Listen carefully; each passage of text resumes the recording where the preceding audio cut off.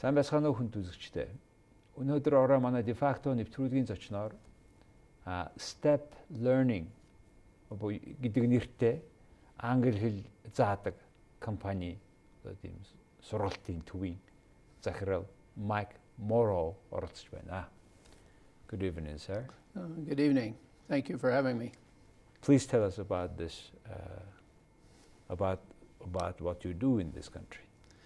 I'm a newcomer, relatively. I've only been in Mongolia for 2 years. Sтэпп Lörning, our company, has been here longer. I took over the company in 2011.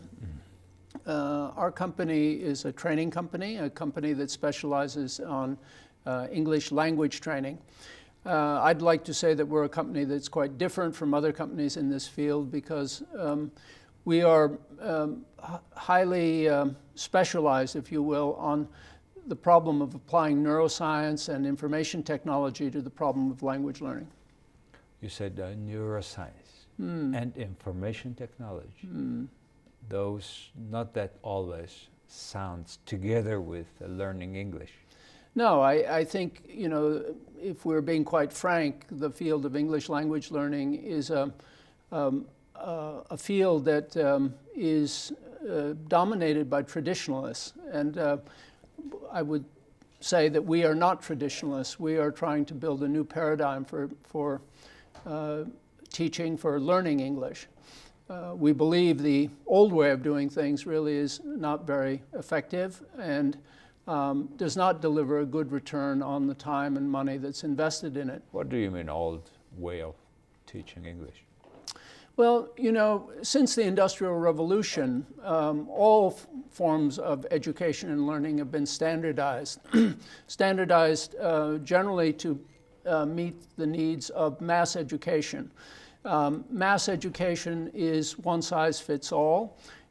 It also means, generally speaking, or it has meant generally speaking, that the way one subject is taught is the way other subjects are taught. So by a traditionalist approach, I would say that English language has been taught the way that mathematics has been taught, or physics has been taught, or history has been taught. Whereas actually language is quite a different thing. We would say language is a skill. It's better to teach it like you teach basketball or dancing. It requires the development of long-term memory, the development of the ability to conceptualize and then communicate in a language that is understandable to others using syntactic forms, patterns that are recognizable to the other person. That means you take language as a habit. Yes, we take language as a habit. Like when we drive a car, yes. We don't think that we drive car. Exactly. At certain level, you are right, because sometimes when I suddenly speak to you and I never think that I speak in English, I will think about the subject we want to talk to communicate with you. That's because you're a fluent English speaker. If you were not a fluent English speaker, it would be much harder. Just like for a person who doesn't know how to drive a car.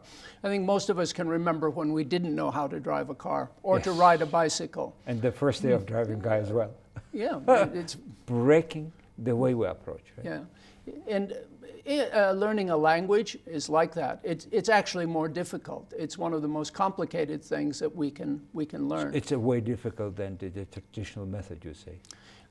It's difficult. Learning a language is difficult any way you learn it. There's one should not try to camouflage that. But there are better and worse ways to learn language. So what makes you to teach differently so that the people get the skills thanks to your methodology?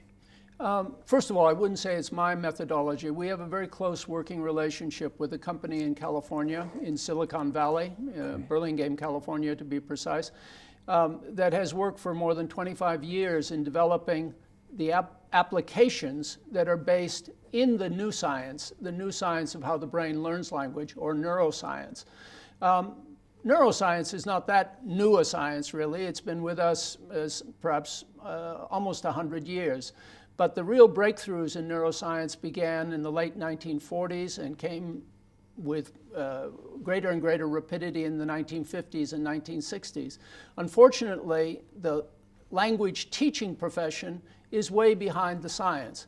What we're trying to do using the methodology that has been developed by this company in California, the company is called DynEd, is to apply that neuroscience in a practical way to the learning process. How do you do that? How do we do that? First of all, we reverse some of the traditional patterns of the conventional classroom that I was talking about a few minutes ago. It's not so much that I teach you English, it's that you learn English. The role of the teacher and of the student is changed. The teacher is a facilitator. The teacher is a coach in the way a basketball coach helps his players to learn how to play. A teacher cannot play the game for you. How do you change that? We change that by putting the emphasis on practice, on student practice. That's one way. Another way we break the convention is we break the link to the textbook. The textbook has been the standard learning tool not only for English but for all forms of standardized education for more than 100 years. We believe that orthography, that is the written word, is not the most efficacious way to learn language. The brain is attuned to learning language through the ears and with the mouth. This is the way that a child and a mother learn how to communicate at a very early age. If we put text into the equation too early in the process, when a learner is at a beginning stage, we actually impede their learning. That's a decoding process that you do when you read. It's like breaking a code. Yes. And it's like mathematics. You can take your time. If you don't get it right the first time, you can go back and get it the second time. 2 plus 2 So you are not using 4. that method? We're not. We're saying, suppress the text. Let us use the eyes and the ears. What we do use are what we call icons. Icons represent concepts. They represent things. They represent ideas. Like on the phone, you just push this. Yeah, well, this is a cup. Okay, I don't have to write down THISACUP. This is a cup. What I'm also doing here is explaining a cup in the context of a syntactical expression. That's something that you can use, etc. Yes. From that end, or we do this from the very beginning. We don't teach cup or pen or this or that. We teach this is a cup, or please give me the cup.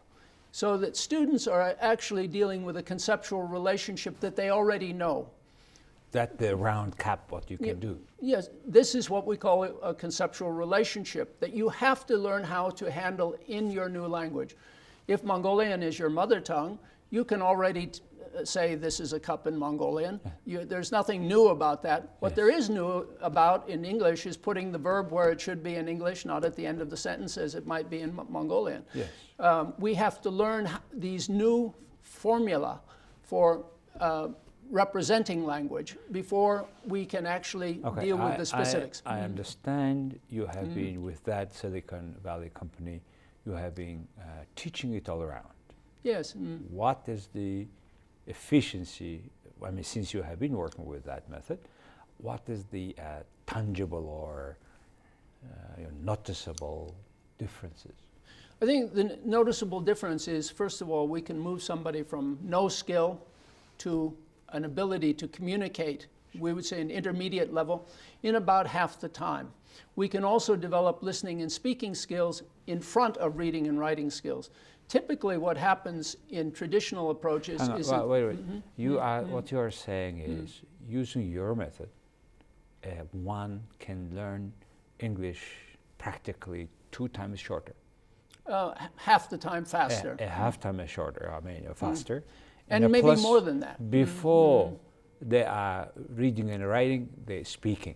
Yes. So you go to that level without using, how do you write, etc. Yeah, and as a student gets a certain foundation, of course we introduce reading and writing. We're not against reading and writing, but reading and writing should follow, not lead listening and speaking. If you use reading and writing, which is not time sensitive, is not temporal, what happens is the student can learn how to decode language, but cannot use it in a practical way. This is a very, very common phenomenon where students have studied for years, maybe have gone from grade 5 all the way to grade 12. They can read a passage, they might be able to translate a passage, they might be able to write a sentence more or less. But if you ask them to communicate with the spoken word, they cannot do it. So in practical terms, have you been teaching many Mongolian students? Yes, of course. We are very fortunate to have opportunity to teach Mongolian students from very young ones right through to adults. We are working in schools, we are working with training teachers, we are working with... How many years you work in Mongolia already, your school, your system? Our system was introduced into Mongolia in 2008 in a very small way, in a teacher training program. But I would say, effectively, we've only been working in Mongolia now for a little more than 2 years on any kind of scale. And I understand your method could be efficient for teaching English, the teachers of English. Yeah, that's one of my favorite topics, actually. I believe that Mongolia or other countries, that really believe that their young people should be learning English. You don't have to believe this, but if you do believe it, you take it as a national strategy that it's important for your people to learn English. If you take that, then the first thing you should be doing is training your teachers. There are not enough foreign teachers in the world to solve your problems, let alone the problems of other countries that want to solve the problem of learning English for young people in those countries. You have to do this yourself. You can only do this if you raise the level of English language proficiency and upgrade or modernize the methodology and tools that those teachers have to use in the classroom. And I understand you are quite successful in this country, and have you been supported? I mean, you have a license, obviously, by our related institutions. Have you been supported by them, your new method? We're not supported in any meaningful way by government. We are embraced by some people. I think we are starting to have some kind of impact here. We are fortunate to have some very good clients, corporate clients. We are training, for example, young heavy equipment operators and young engineers for Wagner Asia, for Ayutthaya, for similar companies in Mongolia. So those are young people who started to learn the technical skills, right? Right. To run bulldozer, whatever, and they learn with your method now, and they do it good. Yes, they're doing. We're very proud of them. We are working with some young men and women, who have not had much exposure to English language in their education, or very bad exposure. How on the average will take a time for a person, young man who comes to the school or whatever, start to interact with you from day one and until the level that they speak? Well, we have contracts now where we take the obligation, we take the responsibility of taking a student or a young technician from 0 to what we would call advanced intermediate level in 2 years. Wow, advanced level. So that means... That's not advanced level, advanced intermediate level. Advanced intermediate level. But that's a very practical level. They will be able to communicate freely and to learn, to ask questions. Of course. And they also have to be able to communicate in their field. They have to be able to talk about the and you have already graduates?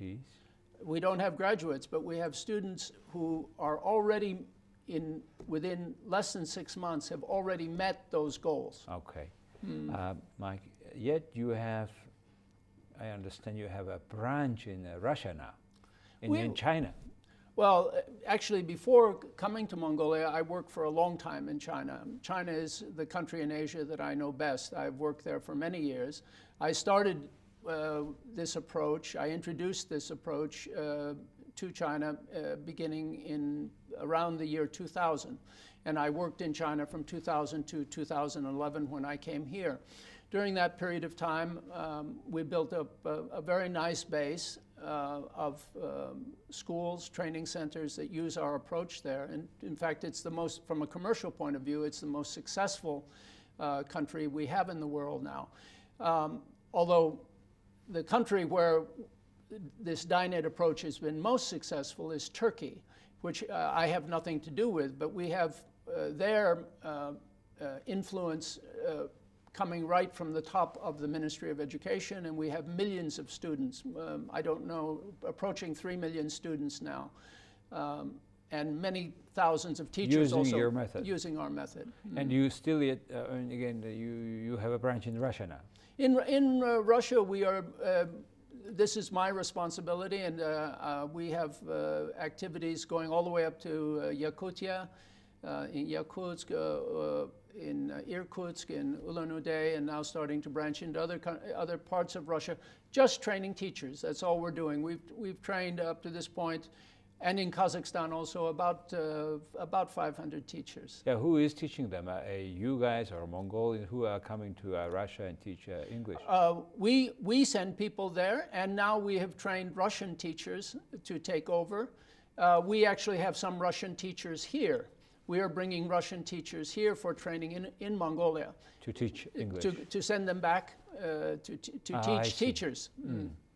So you are quite widespread, and you have been working with Chinese, Mongolian, and the Russian students. Are they different? Oh yes, I think there are cultural differences that have some impact on learning. There are also practical differences. For example, the Chinese educational environment is far more competitive than yours. So a student grows in that environment with a very different kind of mindset. Either that student is honed by the competition to be very aggressive and very ambitious, or the student has given up. So you have to deal with people who are very confident, very able. And then you have to deal with people who have no confidence in their ability to learn. That you don't have that kind of problem here in Mongolia, I think, not to the same extent.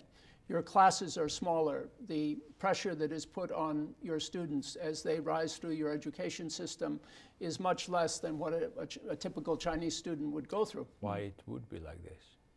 Why? Because you have only 3 million people, roughly. China has 1.5 billion people. And although theirs is a bigger geographic space, the density of population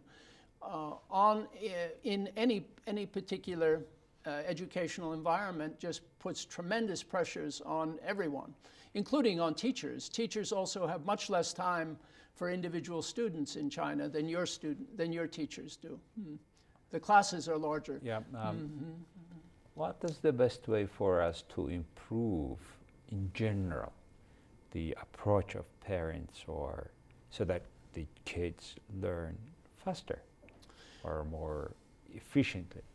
Well, first of all, we can go back to the learning method that we were talking about. My own view is Mongolia or China or Russia or any other country should either stop spending all this time and money learning English, or it should learn how to do it more efficiently. And that efficiency comes with new methods, with new tools, and with, as we've talked about before, training your teachers better. But if we want to talk about the students, I don't think your students have any particular problems. They just need better environments, better opportunities in which to learn. They are happy, eager students by and large. And I think an advantage that Mongolians have is they also recognize the importance of languages other than their own. If you grow up in a big country like the United States, where I am from, you can, or China for that matter, you can grow up with the idea that I don't have to learn another language. You know, English is my language, or Chinese is my language. Let everybody else learn my language. But if you're Mongolian, you can't do that.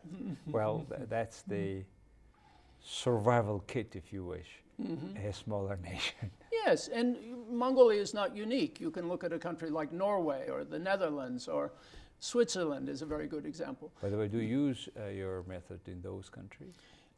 We have used them in the past, but generally speaking now, the English language level of the students in those countries is too high. Yes. They don't need us. Yeah, Sweden, Scandinavian countries, people speak like almost their native language, English. And that's the good foundation for their high-speed development. Yes, it is. And what I also think is very interesting about those Nordic countries especially is that they have been able to do this without losing contact with their own culture.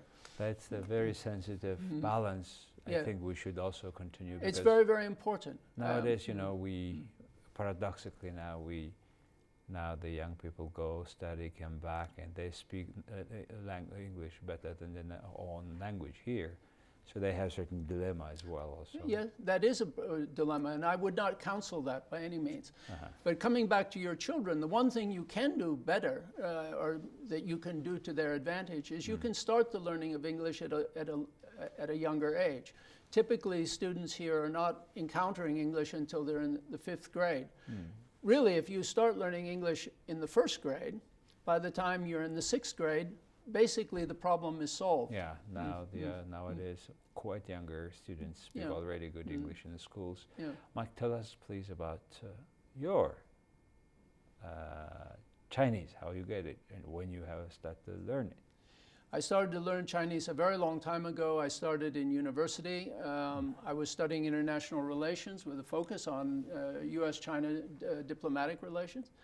And I was fortunate to have a very good professor who himself, he was European, but he was the 2nd generation in his family to grow up in China. And his family had been language teachers. And he started with us. He didn't have the tools that I now have to teach. He didn't have the sophisticated computers, but he came into class the very first day and he talked to us in English and he said, which city? It's a small town in New Hampshire. I went to Dartmouth College, which is in New England. Well-known college. Yeah. So he started? He said, he explained to us about the class and so on. And then he said, this is the last time I'm going to speak English in this class. From tomorrow, we speak in Chinese. And he was a very hard teacher in certain ways. And he did. But he did. He spoke in Chinese, and he made us do everything in Chinese. And of course... how long it took time for you to break into that, fully understanding and accepting? I studied for 2 years, then I went to Taiwan, and I arrived in Taiwan, and I thought I knew how to speak Chinese. I got off the plane, and I discovered how little Chinese I really knew. But within 6 months of being in Taiwan, I could speak quite fluently because of this preparation that I had. Do Taiwanese speak the same Mandarin? Sorry? Do Taiwanese speak the same Mandarin Chinese? They speak it they speak both Mandarin and their local dialect. In any kind of, in school or in any public context, they speak Mandarin. Otherwise, they speak what is called Minnan dialect. Okay, so then later on when you came to China, the mainland China, did you have the same problem of misunderstanding or not understanding? Actually, what happened to me, I'm of the generation whose lives were disrupted by the Vietnam War, and so I ended up going from Taiwan to Vietnam. I dropped my Chinese studies for quite some time. I learned Vietnamese. I was very involved with Southeast Asia. What you were doing in Vietnamese? In the Vietnam War? I was a journalist in Vietnam. You were writing every day what's going on? Yes, I was writing. How long you have served there? I was in Vietnam, Laos, Cambodia, and that theater for almost 10 years. 10 years. Which newspaper you were writing for? I wrote for many. Probably the most famous, the one you would know, is the Washington Post. Oh yeah, that time one of the most famous. Still famous. I mean, so you have been writing about which part of the war, what phases of the war you were mostly writing? Well, I wrote about all aspects of the war, but because I was a very young journalist, and I was at the beginning, I didn't have the same access that the established journalists did. I did what was called feature writing, and then I did investigative writing, and I actually founded a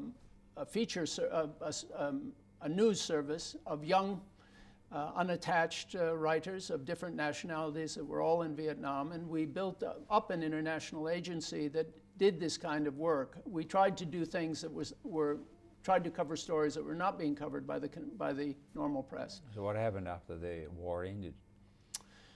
Oh, after the war ended, my life, I was living a very intense life. I grew up very, very rapidly. I was only 22 when I went to Vietnam, and I was barely 30 when I came out. But I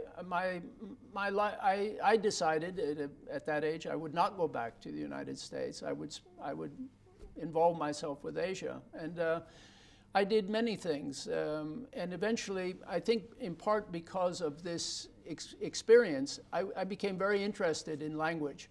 Because I think language, or the lack of ability to understand one another, causes many, many problems that we need to get past if we're going to have a sane world. And I can assure you, wars are not sane ways to go about business. Not understanding is causes of many problems, including the war. Yeah, of course.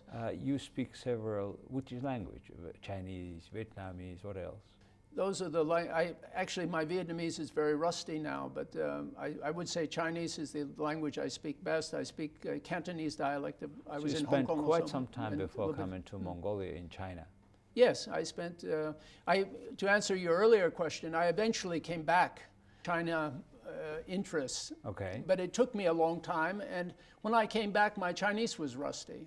And I was living in Hong Kong, so I learned Cantonese, and then eventually got the opportunity to go into China in the early days of Deng Xiaoping's opening, and became increasingly involved. And my Chinese came back, and I ended up spending, including this period with doing language learning work, maybe 15, almost 20 years working in China.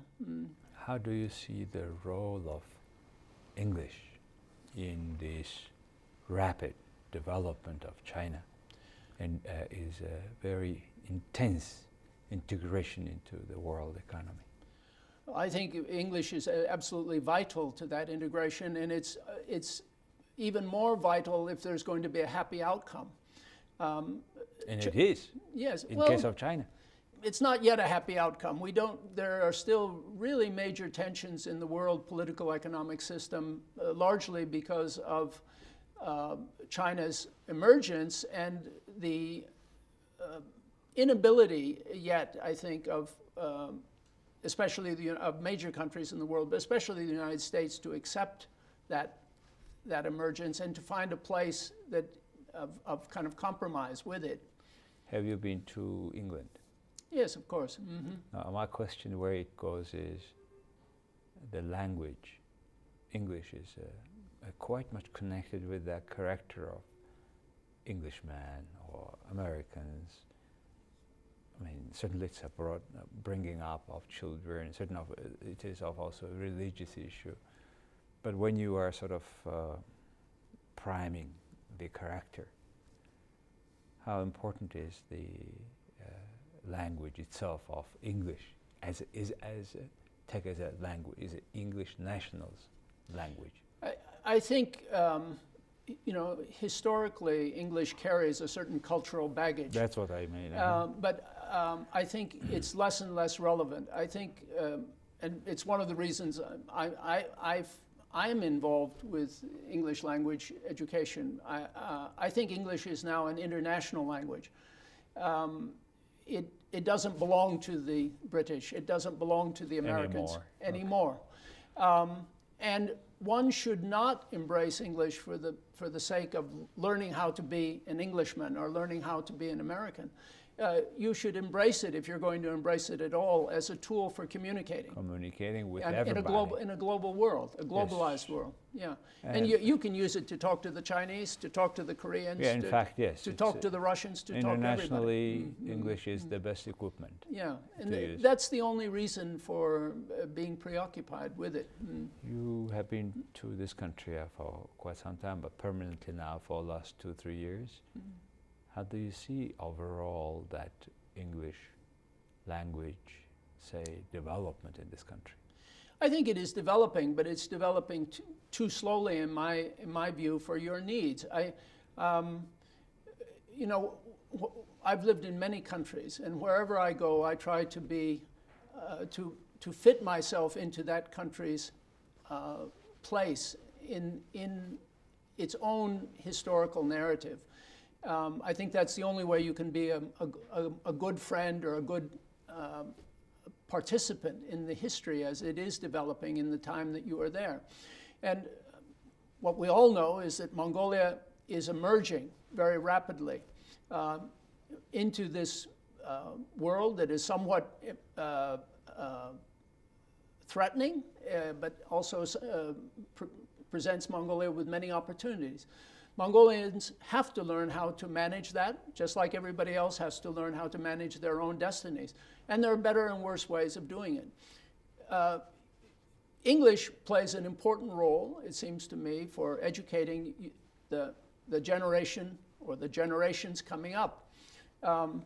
You have to keep getting better at doing what you do, or you live in, like we all live in, a dangerous world. You're a small country. You have to be fast on your feet. You have to be smart, not just as individuals, but collectively. So a very good observation is that our growth of English language is not much matching with our demand and the development.